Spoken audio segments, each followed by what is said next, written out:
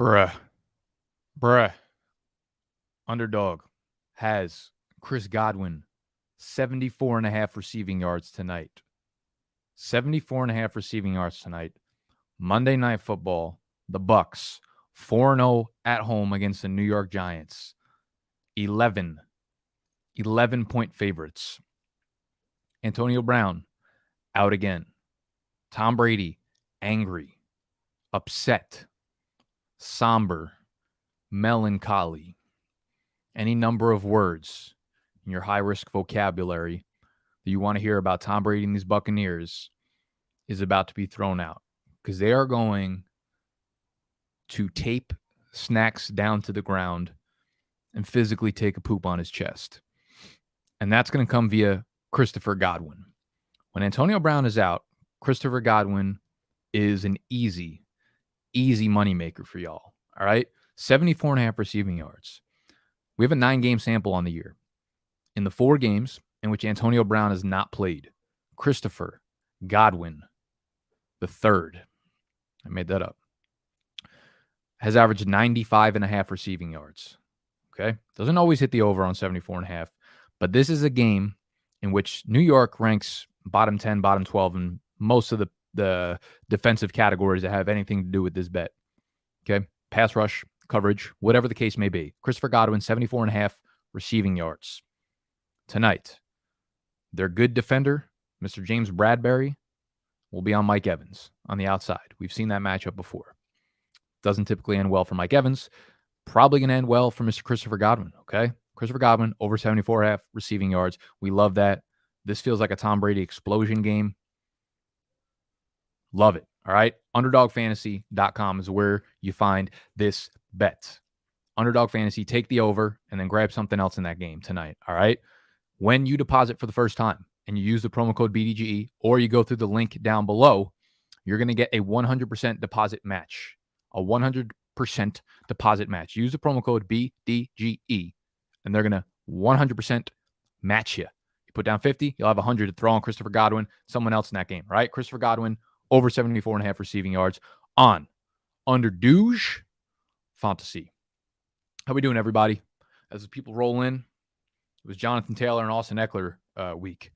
I can imagine there were a lot of teams that grabbed those two. Excuse me. This is going to be a tough one to get through. Sheesh.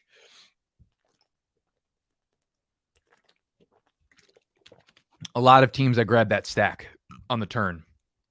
Right? Jonathan Taylor at the 110, Eckler at the 2-2, or vice versa.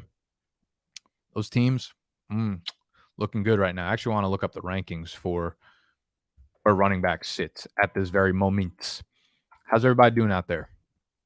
How's your week 11s? I got most of my fantasy teams bike on track in week 11. I feel like it's been a shitty few weeks, but they're there.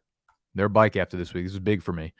So Taylor is the overall RB1 in fantasy, half PPR right now. Points per game, Derrick Henry still the king, will remain that for the remainder of the season, but obviously he's going to fall behind in total points. We have Jonathan Taylor overall 1, Derrick Henry number 2, Austin Eckler number 3, Najee Harris 4, Joe Mixon 5, Aaron Jones 6, Zeke 7, Alvin Kamara 8, James Conner number 9 right now. Good Lord. DeAndre Swift 10. Interesting. So Jonathan Taylor just reigning supreme. Now I feel like an asshole in the one dynasty startup I did this offseason where I chose Saquon Barkley over Jonathan Taylor. Everyone told me it was a bad pick at the time, but I don't listen to y'all. Probably should more often. So shout out to everybody that had JT in their lineup and lost. You love to see it. All right, are we ready? Are we ready to get into Tangs? I'm going to remember to share my screen this time. We're going to go game by game, recapping everything, talking about the injuries, the biggest, the plays of the week and all that nonsense, all right? Right click on your little spinny wheel. Bing, bang, boom. It's Pruden's in the room. We'll obviously dive into some early Week 12 waiver wires. If you're new to the channel, make sure you sub. We do live streams, not every day, but damn close to it. Turn noties on. That way, you'll get notified. All right. See, I'm not going to go into like every single stat and every single piece of the box score and whatnot. Just the biggest takeaways when it comes to fantasy things. Jonathan Taylor, I mean, obviously, nothing else to talk about here. 5 touchdowns in a game like this, like no one else is going to eat on the Indianapolis Colts team. Quentin Nelson, possibly injured. He did come out of the game, so that's something to keep an eye on. I feel fine about Michael Pittman. It was just a game in which Taylor dominated. It's surprising because the Bills' defense is usually really, really good. On the flip side of things, nothing new here. You don't want to start any of the running backs. Josh Allen will be fine going forward. He's been less consistent this year, obviously, but, I mean, he's not someone that you can ever sit. Dawson Knox finally looked really good. King Bike last week didn't have a good week, but it looks like he is cemented back into that role that he had. 10 targets, 6 catches, 80 yards. Just a down week for a lot of the other guys. Really can't trust anyone in this receiving group right now outside of Stephon Diggs. He doesn't have a big game, but he scores 2 tuggers. And Cole Beasley still obviously limited and dealing with that rib injury. Only played like 60% of the snaps. Sanders and Gabriel Davis have just been really, it's pretty sad. It's pretty sad for Mr. Sanders. Mr. Sad. All right, I'm done. Sorry. Sanders started off red hot and just hasn't been able to get things going here. So I look at him as like a low-end flex play going forward. I don't know if you can trust anybody else besides Diggs in this offense and Joshua Allen, but just an absolute fucking trouncing. 6-4 for the Bills. Colts are one of the hottest teams in the NFL right now over the last like 6 weeks or so. So you just want pieces of that offense in the form of Wentz, Taylor, and Michael Pittman. Ravens-Bears, this was just a disgusting fucking game. Lamar Jackson sits out, obviously, because he's injured. Latavius Murray sees his first action bike here, and it was not good for him because Devonta Freeman still controls that backfield. 16 carries, 49 yards, and a touchdown. He also catches all 6 of his targets for 31 yards. I think the storyline here realistically was that like Tyler Huntley can't do anything with the ball in his hands, right? He can't throw the ball downfield. Therefore, they're obviously going to have to lean on the running backs. It was Latavius' first game bike here, so like I'm not really going to lean too much into the box score. I think we see this as like a 1A, 1B going forward with Freeman and Latavius Murray, so I don't think they'll lean on a guy like Devonta Freeman as much with Lamar Jackson, who should be back in the lineup next week coming off the illness. So I'd rather have Devonta Freeman than Latavius Murray right now, but I'm not really going to feel too confident starting him as anything more of a flex play going forward. And the receiving side of things, tough day for Rashad Bateman because Hollywood Brown was out, but like what the fuck's he going to do with Tyler Huntley as his quarterback? So feel good about Mark Andrews, obviously, but fire up Hollywood, fire up Rashad Bateman when Lamar Jackson is bike. Justin Fields injures his ribs or his chest or whatever they're saying. I believe it was a rib injury. By next week, we have the Chiefs and the Cardinals. So power fucking packed group of teams that will be on the bye. As far as Thanksgiving games, remember, we got Thursday games this upcoming week, so we're going to have to figure things out quickly. Bears-Lions play Thursday. Raiders-Cowboys play Thursday. Bills-Saints play Thursday. And there are a lot of injuries in this game that will probably force some players out because of the quick turnaround, Justin Fields being one of them. So Justin Fields, after 11 pass attempts and 4 rush attempts, leaves this game. Andy Dalton comes in and goes nuts with Mr. Darnell Mooney, as well as connecting with, Darnell Mooney took a screen pass, 60 yards for a tug. Marquise Goodwin had that end of the gameplay, 49 yards on a touchdown that looked like it was going to seal the game. But realistically, Darnell Mooney sees 16 targets with Allen Robinson sitting. Now, Allen Robinson has a hamstring injury. He didn't practice at all last week. They have the quick turnaround. So this tells me that there's a very high likelihood that Allen Robinson misses Thursday night's game. Darnell Mooney, we just saw him see 16 targets. Plays the Lions, who are fucking 0-9 at this 0-9-1 at this point. Okay, so Chicago, Thanksgiving, Darnell Mooney feels like a really, really solid flex play next week. I actually just picked him up in E-Town Get Down, started him this week, so that felt fucking good. One of the only good moves I've made maybe in my entire life when it comes to fantasy. So that felt good. I will be playing Darnell Mooney. I won't be playing anybody else. I know it was a down game for Cole Kmet, but it seemed like he was starting to get more involved. It seemed like he was starting to get his groove a little bit. I think Cole Kmet is startable on Thanksgiving against the Lions if you're desperate. Top 15 play, all right? Maybe not like a top 12 play, but not everybody's got a top 12 play. So despite the really, really terrible game from Cole Kmet, I do think just objectively looking at the situation, someone who's been getting hotter and hotter and then just had the dud game when everyone was starting to get excited about him, that's when you want to start him again. So Cole Kmet, startable. Justin Fields is probably going to be out, though, against the Lions.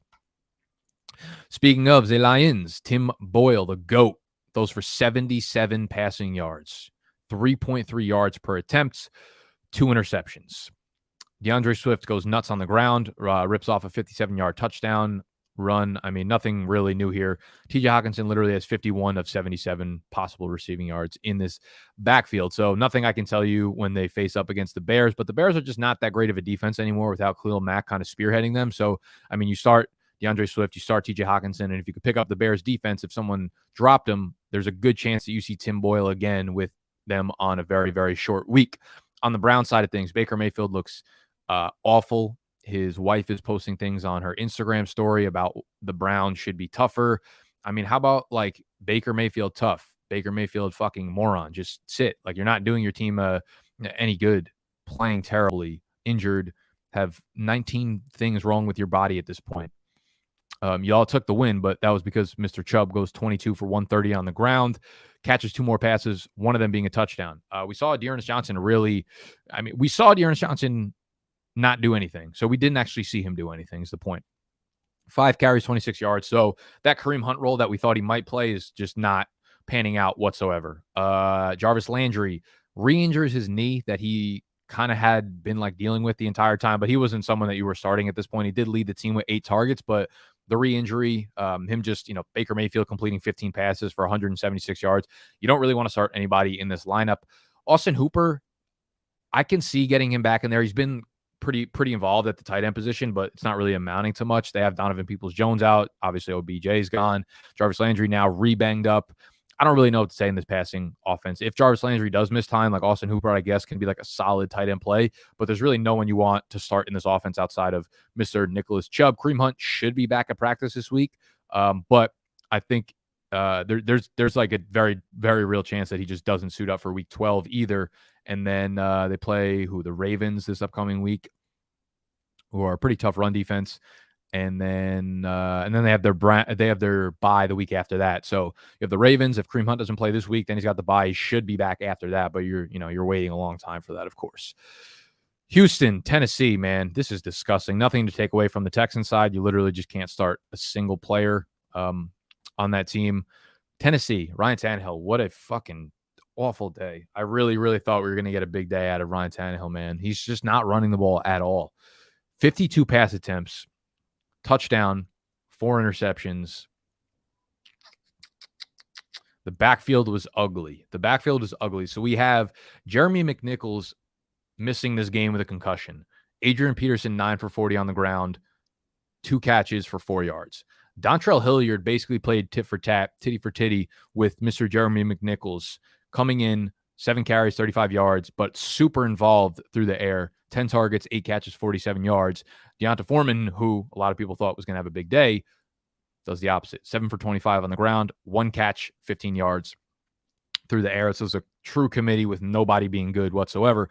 Here's what I'll say about this, though. I think that with A.J. Brown getting hurt, he did something to like his chest rib area. There's a really good chance he misses this upcoming week. With that being said, there is nobody in line to really play well because Marcus Johnson, who, had been getting a little bit hot, had been getting a little bit of buzz in the industry, he also pulls his hamstring. So you already have Julio out. You have now A.J. Brown and Marcus Johnson both possibly out. Do you know who I want? It's not Nick Westbrook-Ikhine. I kind of like Des Fitzpatrick, actually. I think he's a really super talented rookie. So keep an eye on him. If someone dropped him in your dynasty league, go pick up Des Fitzpatrick ASAP. Here's what I'll say. Jeremy McNichols is a guy who I think could have a really big week 12. I know it's a long shot, and this is for people who are desperate at the running back position, which is almost fucking 10 out of 12 teams in most fantasy leagues at this point. Jeremy McNichols missed this week with a concussion. Okay, so it's not a lingering hamstring or a calf or anything. So when he's cleared from the concussion protocol, he's going to be 100% healthy. They're going to have to throw the ball, right? Like, they can't run the ball. They don't have a run game, and they have no targets, which means I feel like we could see Jeremy McNichols play like a Michael Carter role the Jets have, or even like a Ty Johnson role where he catches, a floor of like 6 catches. All right. I could see Jeremy McNichols easily ripping off somewhere in the 12 to 17 PPR point range for this upcoming game against the Patriots. All right. It's going to be ugly, but I do think he sees a lot of volume if he is cleared for this game. I think he takes right back over that role that Dontrell Hilliard just had. So McNichols cleared. I think he is a sneaky pickup on the waiver wire. Might be tough to see. Might be tough to see. But you know what doesn't make it tough to see? Spectacles. And the single greatest place on the planet to shop for spectacles is felixgray.com. Okay. We work with this company, but I was wearing these and sporting these and yelling about this product far before we started working with them. And luckily for y'all, they literally never, ever do deals once a year for Black Friday coming up. So for the next 10 days or so, if you go over to felixgray.com, you can use promo code everything15 for 15% off your purchase. I'm telling you guys, they never do deals like this. Never, ever, ever. And I'm always complaining to them. I'm like, yo, you want to sponsor my videos? I need to give the people a reason to purchase. They don't give me a promo code. I'm like, okay, that's fair because the reason to purchase is they're a fantastic product. Y'all know, maybe if you follow my shit, I'm very into a healthy living lifestyle, right? Try to make this a lifestyle brand. I'm very into tech. I'm very into like the idea of biohacking and, you know, good sleep and anti-aging and that kind of shit. And these glasses on Felix Gray, they're known for using blue light glasses, okay? Blue light glasses, which you can get in prescription as well. All right. They're like one of the only pairs of blue light glasses on the interwebs in the world that don't look fucking weird. A lot of them have, you know, you go buy a pair of blue light glasses on Amazon for like $20. They probably work fine, but they look like this. Like the spectacles are bright orange. You can't wear them out anywhere. You can't do videos without looking like a fucking moron. Felix Gray is the anti-fucking moron blue light blocking glasses. Okay. At night, we have all this blue light going on, right? A lot of you guys are probably back in the office now. So you're looking at a ton of different screens. You're looking at monitors and laptops and cell phones and shit. That fucks with your sleep, especially if you're looking at your phone at night in bed, fucks with your sleep because when you're looking at blue light, your body stops producing melatonin. You put blue light blockers on, boom, it tells your body it's time to start producing melatonin, which is why some people have eye strain. Some people can't sleep at night because they're staring at their phones and shit. I promise you, you will not regret buying a pair of Felix Gray blue light blocking glasses. All right, go check out Felix Gray. The link to activate the code will be in the description right down below. Do that to, one, support me if you're going to purchase. Make sure you go through that link. It lets them know that I sent you there. And they're just very, very much worth the purchase. I promise you. I've been pitching and yelling about them for a long, long time. Do yourself a favor. Grab it for a loved one. Grab it for a fucking enemy, you know? I don't care. I don't care who you grab it for. Just grab them. felixgray.com. Link in the description. Everything 15 for 15% off. Let's get right to the games. And probably the most exciting game of the slate was this Vikings-Packers game. All right. This was a wild, wild finish. And the Vikings walked off on the field goal, of course. Both of these, I mean, these quarterbacks combined for like 730 yards and 7 touchdowns without an interception. Exciting ass day. So we had Aaron Rodgers pop the fuck off. A.J. Dillon didn't really get it done on the ground, which was pretty surprising. But this Vikings defense is pretty stout against the run. Did get it done through the air, though. So 11 for 53 on the ground, in the air, 6 targets, 6 catches, 44 yards. From what I've seen, from the content I watch and consume, Aaron Jones will likely be out again this upcoming week. It's possible I'm wrong. These doctors are wrong every once in a while, and I'm only technically a doctor. So that's also possible. The thing to notice, though, is that the Packers do have their bye in week 13. Okay. So if they rest Aaron Jones for this upcoming week, who they play against the Rams, so tough matchup regardless. If they rest him against the Rams, they'll have the week 13 bye. So you might not see Aaron Jones until week 14, but obviously you continue to put A.J. Dillon as a high-end RB1. Receiving side of things, Devontae Adams goes fucking nuts, 7 for 115, 2 touchdowns, no surprise there. Marquez Valdes-Scantling, finally, big game. My fucking best ball teams are screaming right now. They finally poked a little hole through the saran wrap that Marquez Valdes-Scantling put around my face in the beginning of the year. We poked a tongue through, and we waved our tongue. We wiggled it because of MBS. 10 targets, 4 catches, 123 yards, and a touchdown. Am I going crazy about this? Absolutely fucking not, because we've seen next to no consistency from MVS throughout his entire year. But I was excited. I was super excited for him in the beginning of the year because most of the training camp reports were that, like, you know what, MVS has actually worked on being a wide receiver this offseason, which is a welcoming report because he's kind of been terrible the last 3 years since he's been in the league. But he doesn't really drop much anymore. His hands have been wildly improved. A lot of the 10 targets that he saw were like uncatchable, so not really his fault. MVS, so leading team in targets, is something absolutely to take note of. So MVS is certainly a waiver wire pickup for y'all if you are desperate at the wide receiver position. And on the Vikings side of things, Kirk Cousins again goes nuclear. Justin Jefferson just continues to be historic. Adam Thielen, very good game. Nothing else to mention in the passing game. Dalvin Cook, again, does his thing. 25 more opportunities, about a $140 or $120 on the total yardage front and a touchdown. So Dalvin Cook does Dalvin Cook things. Dolphins and the Jets. The Jets continue to do Jets things. Actually, a pretty solid day from Flacco. 291 and 2 tuggers. The big takeaway here is Mr. Michael Carter ankle sprain, and it looks to be one of the semi-significance type. And we have the Jets going up over the next couple weeks, which he will likely miss. It's probably going to be a multi-week absence for Mr. Michael Carter. Unfortunate because they play the Houston Texans next, which is obviously a great game script matchup for them, for fucking anybody in the NFL and probably a lot of college teams too. Houston, Philly, New Orleans over the next 3, Miami, Jacksonville, and then Tampa Bay. So really nice slate of games for whoever is the lead back there. I want to say I'm excited for Ty Johnson, but even in this game, you could see with Michael Carter getting hurt, Ty Johnson gets a single fucking carry. 1 carry, 5 yards, 1 target, 8 yards. Tevin Coleman comes back, 5 carries, 16 yards, does not get a target. So if I'm looking at the backfield, there's no way I'm picking up Tevin Coleman and starting him. I'm okay picking up Ty Johnson and putting him into your flex, though, because I think we've seen over the entirety of the year that they like Ty Johnson more. He's more explosive. He's really involved in the receiving game. So if I'm going to pick up one of these guys, it's going to be Ty Johnson. I just don't think Tevin Coleman has a ceiling outside of, scoring a touchdown and getting 12 carries for like 40 yards. So maybe 10 points comes out of it, but I could see a game where Ty Johnson rips off, 6 catches for 60 yards and gets in on a goal line carry too. So I think Johnson's got upside while Michael Carter is gone, and we are continuing to see the absolute fucking explosion breakout of Elijah Moore. We've been telling you to pick him up for the last few weeks. 8 for 141 and a touchdown. So that is 4 touchdowns over his last 3 games. Just a few monster games in a row for Mr. Elijah Moore.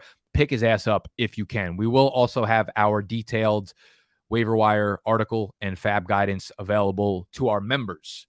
BDGE.store/community. That will drop at some point tomorrow. On the Miami side of things, Tua looked good. 273, 2 touchdowns, and interception. What the fuck did I say, Michael? Myles Gaskin, another big fucking game with a ton of opportunities. 27 more opportunities. It leads to 95 total yards, 96 total yards, and a touchdown. So you continue trotting him out there because since Malcolm Brown's gone down, Myles Gaskin is seeing like nearly 25 opportunities a game. And, eventually, like we saw in this one, a couple of those are going to lead to touchdown opportunities. So he continues to be like a nice little buy low opportunity if you can get him. Now that he scored the touchdown, probably not too attainable, but Mike Gesicki, tough game. Jalen Waddle, 8 for 65. He continues to be a crazy high volume player. He's got to be close to like maybe not leading the league in targets, but I mean, can't be too far off. Let's see.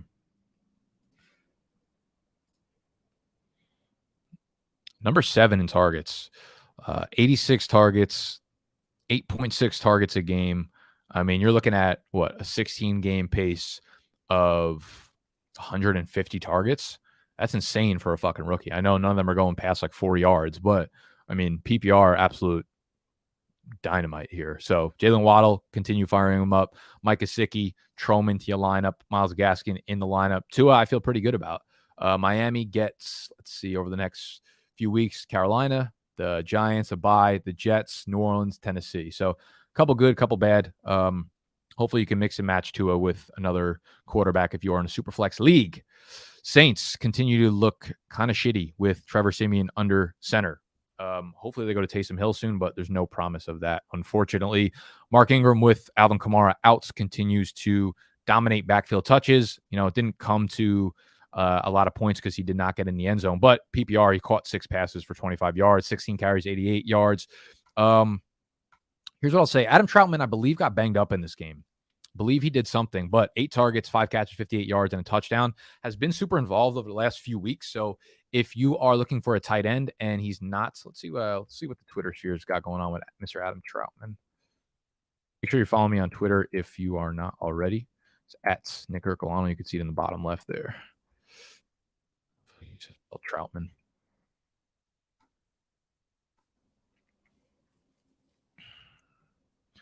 Yeah, Adam Troutman's target shares over the last 4 games, 17.1, 16.7, 18.2, 22.2. So he's starting to get more production here.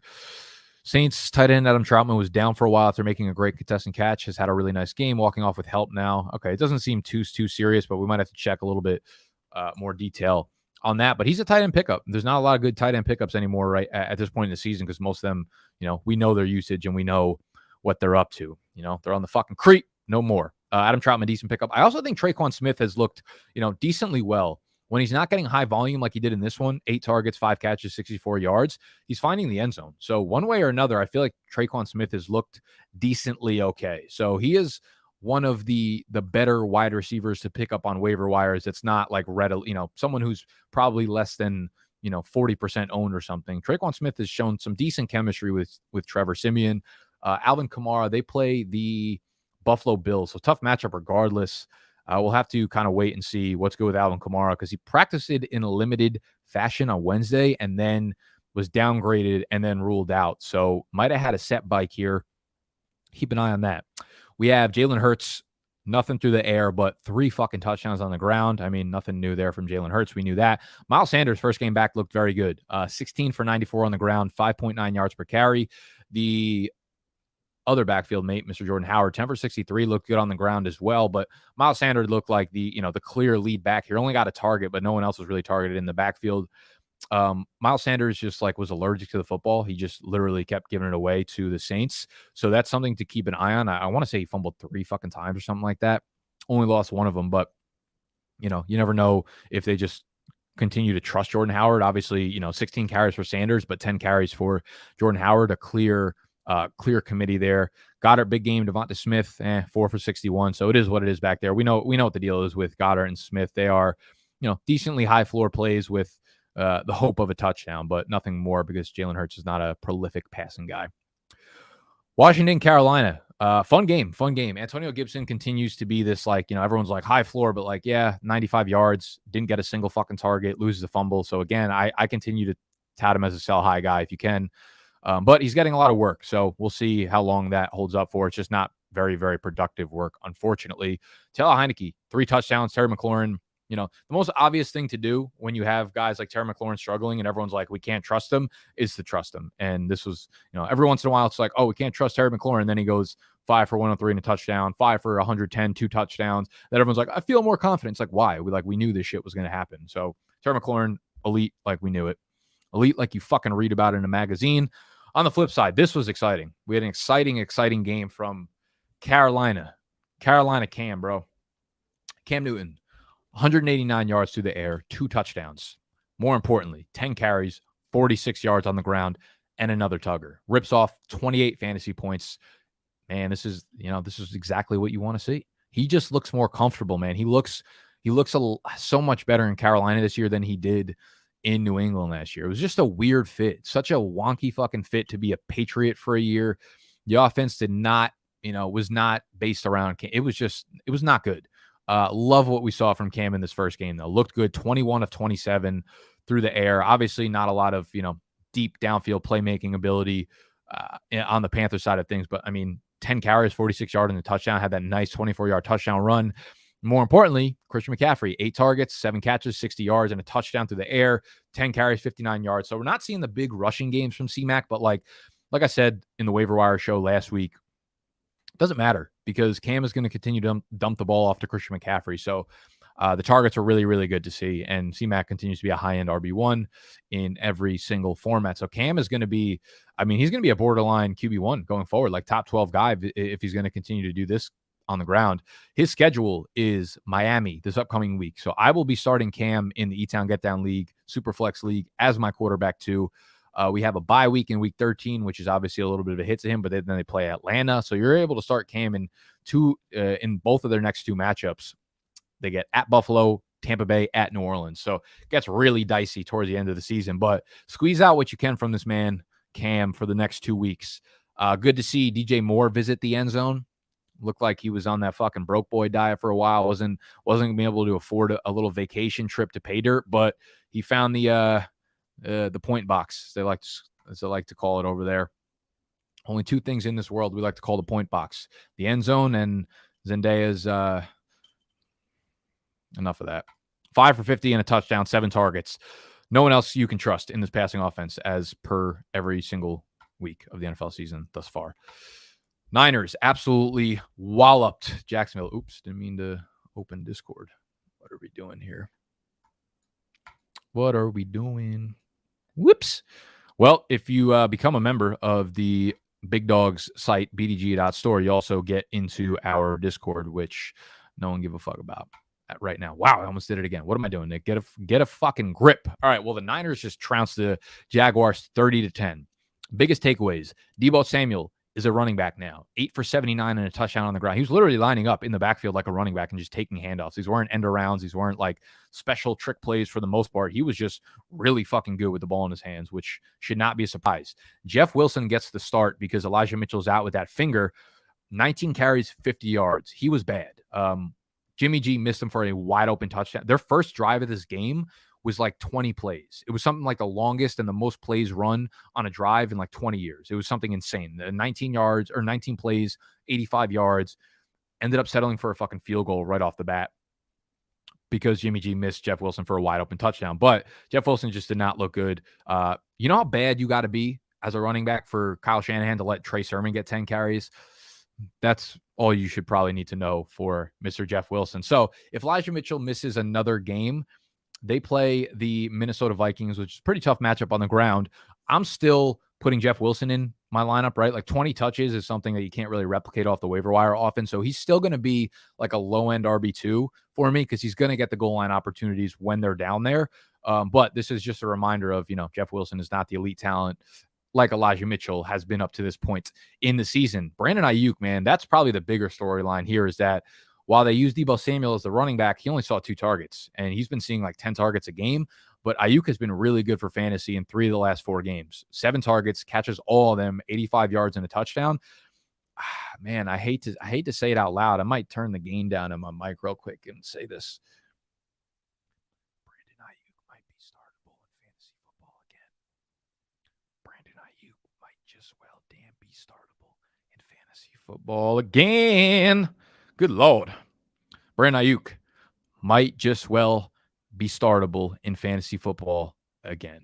You heard it here from me, and I wish you didn't hear it from me. But, I mean, Ayuk's look really good, man, and he's performing like he did last year. I know the dud game is fucking coming. It's without a doubt it's coming, but you could do worse than Mr. Brandon Ayuk. You can't really do worse than anything in the passing offense for Jacksonville. Trevor Lawrence has looked abysmal. We're just going to continue to say it's Urban Meyer's fault, even though, and it's killing everybody in this offense. James Robinson, I'm not worried about it. He's James Robinson, and he gets elite type of workload and just overall target share and carry share from the running back group here. So no problem there. The biggest, I guess, takeaway you could say is that Jamal Agnew suffers a really serious hip injury. I think it's supposed to be similar to what like Ryan Fitzpatrick had. So he's gone probably for the remainder of the season. I guess that opens up like Marvin Jones and Laviska Shenault to be like the high target guys. And I feel like there's been spots throughout the entire season where we continue to say that, and it hasn't come to fruition. But they've been using Jamal Agnew like we wanted to see from Laviska, and now maybe Laviska gets more of the targets that we wanted to see. So, like, I guess if you're desperate, you can throw Laviska or Marvin Jones in here. But I don't know. Close your fucking eyes. Hold your breath and just honestly die if you have to do that.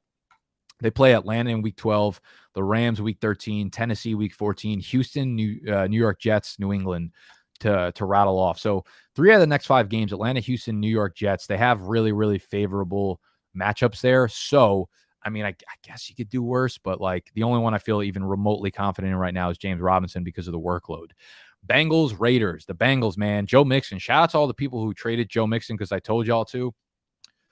I'll give you a refund on your time. You could probably unsubscribe to my channel. I mean, Joe Mixon didn't get a single target. In theory, what I was saying was correct, right? Joe Mixon and Antonio Gibson are kind of the same player, which is also what I've been saying for the entire year.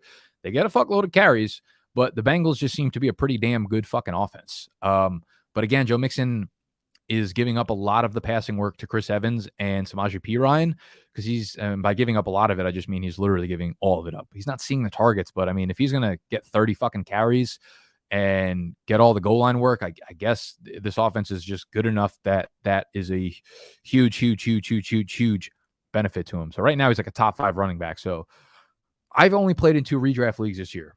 As bad as it was for me to tell you to trade him, like I own him in both of them. 2 redraft leagues, and I have Joe Mixon in both of them. So like I'm happy with it. But I still feel like there's something weird about it.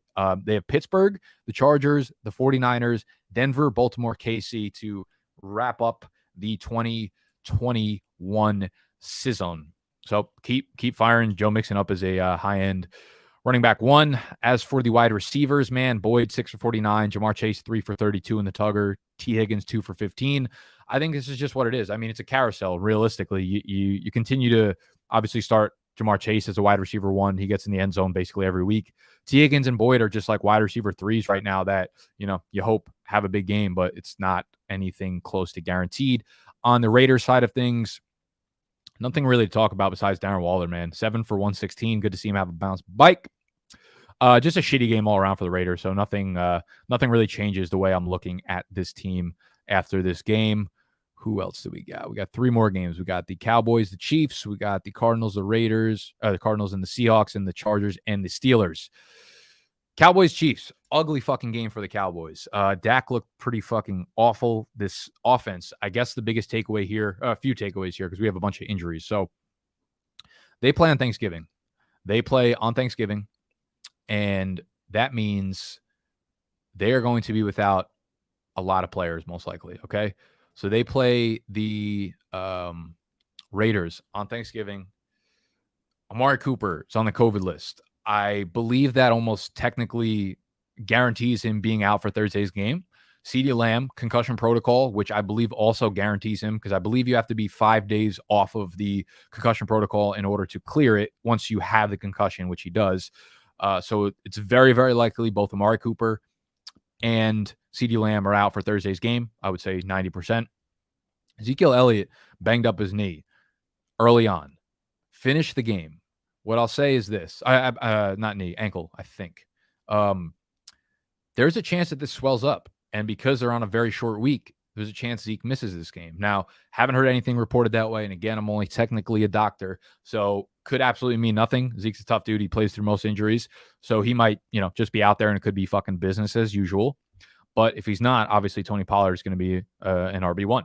I think Tony Pollard might just be startable regardless because Zeke might be, less than 100%. What it means for the receiving group, though, Dalton Schultz, Michael Gallup are going to be like the 1s and 2s in the passing game.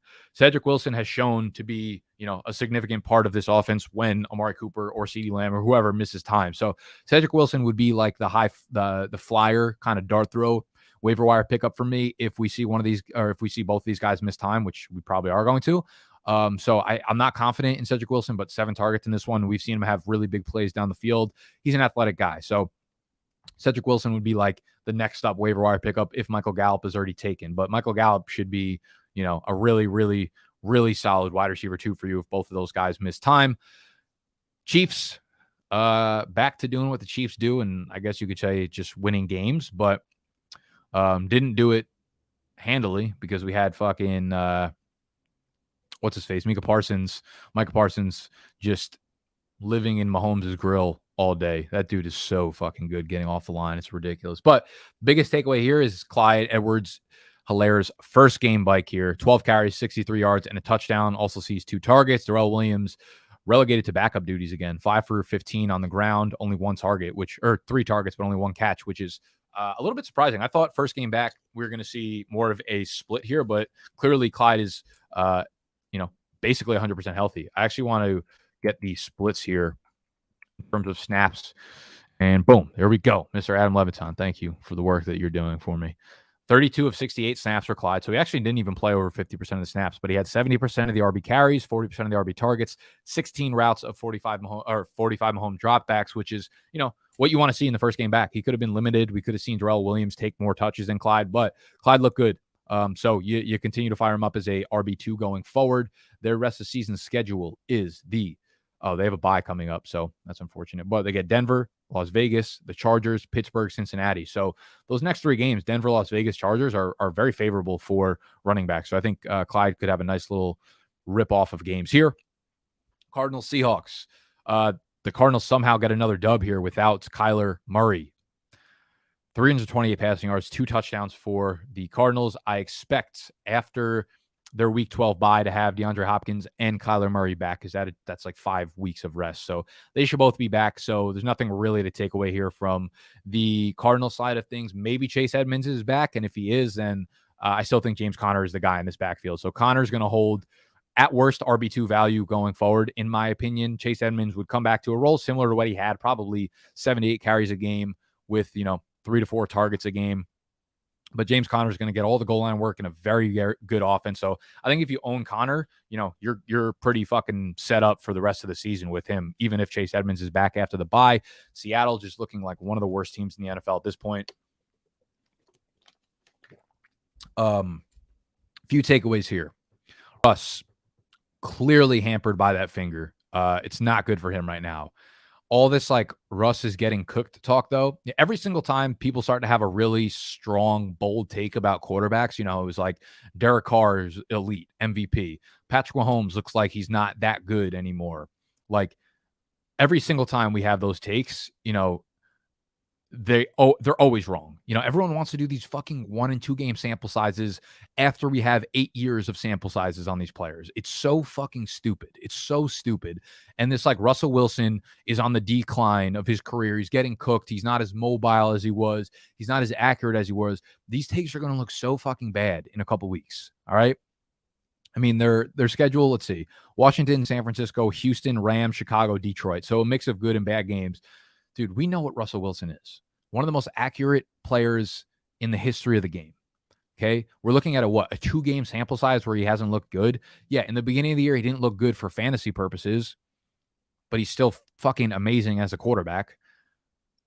I think those takes are just going to look really, really stupid in a week or two, and then everyone's going to be like, oh, there was just, it was the finger thing, and they're going to play that back up. But things that I'm hearing right now are fucking ridiculous on Russ. I understand he didn't look good in this game, but like, fucking relax. Relax. Rushing. Rashad Penny ripped off a beautiful 18-yard carry. And that was about it. Then he hurts himself. So he's probably going to miss some time. I believe it's a hamstring injury, drink. Alex Collins leads the backfield with 10 carries, but again, did nothing in the passing game. DJ Dallas is a name to monitor, but realistically, again, this is a sample size of this backfield that we know just is not one that we really want at this point. It was Chris Carson out for the year. DJ Dallas is a wide receiver turned running back and looked pretty good on the ground in this one. Did score the only touchdown in this game for Seattle. So it's I don't know, maybe worth a pickup in PPR leagues, but Collins is the guy I guess you want to own. Gerald Everett is an interesting tight end pickup, in my opinion. Had a big game last week. Catches 3 passes in this game when Russell Wilson only completed 14 passes. So he's one of the top receiver or, receiving options on this team for multiple weeks in a row. So Gerald Everett, if you're really desperate at tight end, if you have Travis Kelce as your tight end, or if you have Zach Ertz as your tight end, because those 2 guys are going to be on a bye this upcoming week, and your league does not have anybody available and Gerald Everett is there, you could probably do worse than Gerald Everett against the Washington football team. Last game of the week, 40. They almost hit the fucking over in just the fourth quarter. 41-37, the Chargers pull off the dub. They scored 41 points in the fourth quarter. Big Ben, 273 and 2 tuggers. Justin Herbert, 382, 3 tugs. Anything to take away here? Chase Claypool back, of course, as soon as I drop him. He has a 5 for 93 game, but nothing else to take away here from the Steelers side. Najee Harris still getting a zillion touches, still scoring touchdowns. Deontay Johnson still one of the best wide receivers in the game. Chargers, Austin Eckler, fucking amazing. Keenan Allen, amazing. Mike Williams had the 53-yard touchdown at the end of the game to seal it for them. But other than that, disappointing if he wasn't left open. It was more of a broken coverage play.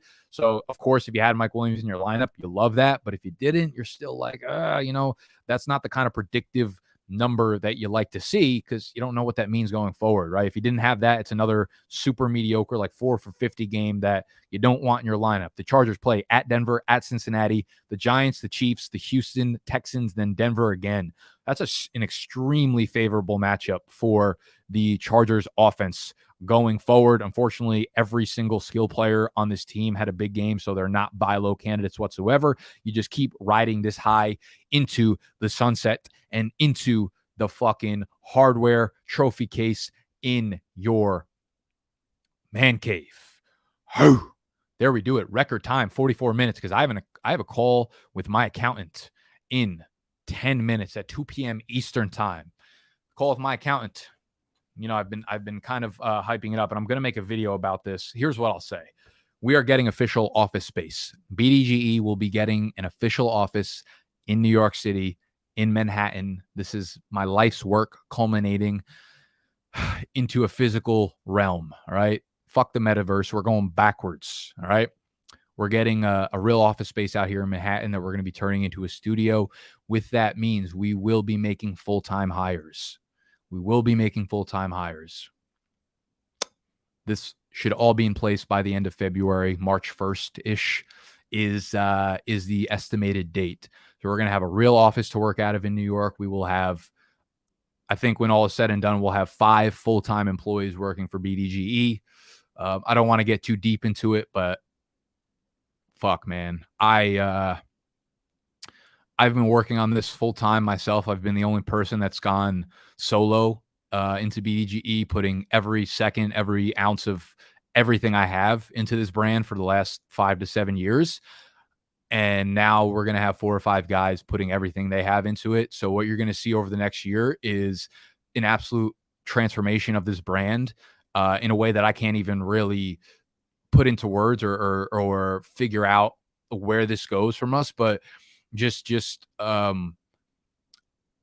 oh man, I'm fucking excited. What it's going to mean is scaling the volume of content by tenfold on all different platforms. The post-production, the editing, the cinematic production of this shit is going to go through the fucking roof. We're going to have editors. We're going to have videographers. We're going to have a creative director, and we are going to have web development. So full stack developer type shit. If anybody out there is a real full stack developer, please email me. info@bigdogsfantasy.com. info@bigdogsfantasy.com. If you know someone that's in the fantasy space, or this is a full-time position, this will be in office. You will be working with myself and the BDGE team. If you know anyone that's a full-time, full-stack web developer that has experience, we're going to be making a whole lot of fucking tools for you guys. Dynasty trade calculators, in-season sit-start kind of tools, like you're going to see a whole different side of BDGE that's never even been close to touchdown, because I'm the only motherfucker that really works on this stuff full-time. But we're there. We are scaling. Man, this just feels like the next evolution in what we are. And I'm so fucking excited. So if you have someone that you would recommend, you have someone that might be interested in this opportunity that's a full stack web developer, please send them my way or share this with them. Or preferably someone who has fantasy football knowledge, so I'll be able to, communicate with them freely on that shit and not have to teach them 2 different things at once. Woo, that scared me. I've got to get on the call with my accountant because I have so many fucking things to figure out. You know what's crazy about this process is like going through commercial real estate, trying to find an office. It means you got to find like a commercial real estate broker as well as a commercial real estate lawyer to look over the contracts, employment contracts. You got to have a lawyer for that, like startup lawyers. It's crazy fucking shit. I have so much going on behind the scenes from a high level perspective, which is again why I have been slacking a little bit on the in-season content, but this upcoming year, we will have more content creators that are covering dynasty content. I will not be the only person anymore covering in-season, season-long fantasy content. So we're going to have new content creators joining the team for summer, for prepping you for your drafts. I will still be on here as much as I possibly can, but you're going to have a lot of cool new content coming from me and from the team. And it'll all be onto this channel as well. We're probably going to be consolidating our channel to rip off all the dynasty content, all the season long. We'll have other people that will help you during the season as well, because I know I've slacked on like rankings and sit start types videos throughout the actual season and the weeks themselves. But we will have dudes that I trust, that I think are good for the brand, that I know will be able to continue building the BDGE brand in the way that I've done it up to this point. And it's going to be an insane fucking year, man. And I love every single one of y'all that watches anything we've ever put out, any support, any thumbs up, any subscription y'all have done financially, or just, investing your time, because that's way more important financially than any sort of investment you can make otherwise. So this shit is about to get real. This shit is about to get official. But with that, man, I love y'all. I will see you tomorrow on the waiver wire video, and Salute.